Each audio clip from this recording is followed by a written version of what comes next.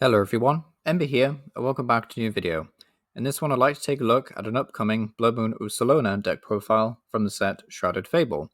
So this new Bloodmoon Ursaluna has a very strong ability, rule of thumb, that says once in your turn, when you play this Pokemon from your hand onto your bench, you may attach up to 2 basic fighting energy cards from your hand to this Pokemon, which is fantastic energy acceleration because fighting types just don't really have great ways of accelerating energy at the moment. Like the ancient ones have Professor Sada, and then fighting types in general, I guess, have to rely on Garchomp outside of that.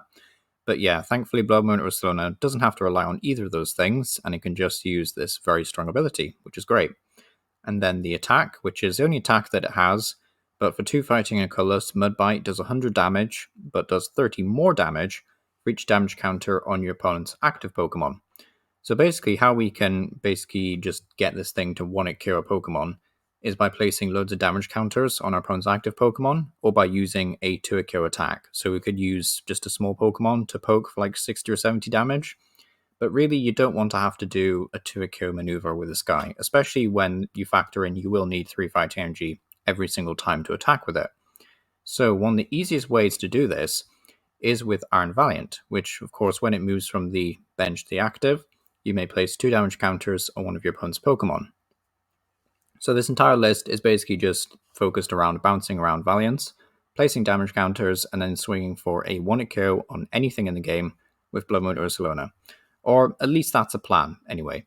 You also have cards like the Ursaluna EX, which might be here as part of the theme, but it's also a super cheap attacker in the late game, just giving you access to a massive 240 damage boost, which could just be good for closing out a game. I know this list is only playing 1 Boss's Orders, 1 Pal Pad, 1 Prime Catcher, but you could still use this as a way to gust up, say, something like a Luminion, for example, to take the final 2 prize cards. But yeah, just a nice option. Then you also have 2 Squawkabilly, which is just here to push you forward in the early game, really. You could use its attack to accelerate some energy, but realistically, this is mainly here so you absolutely get the Squawkabilly off turn 1, dump a hand, get a fresh one, get going into the game, basically.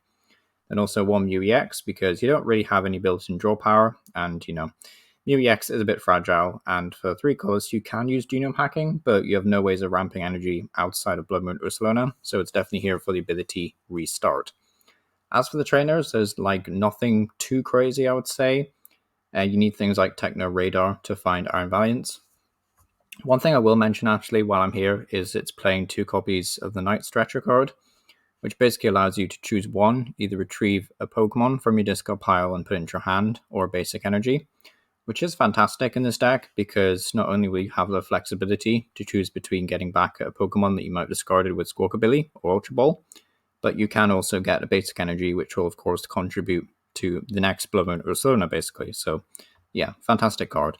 You do also have Earthen Vessel, which will allow you to discard a card from your hand and search your deck for 2 basic energy, but still having the option to retrieve basic energy as well as Pokemon just seems really worth it. So yeah. Also Lana as well, through a combination of Pokemon and basic energy.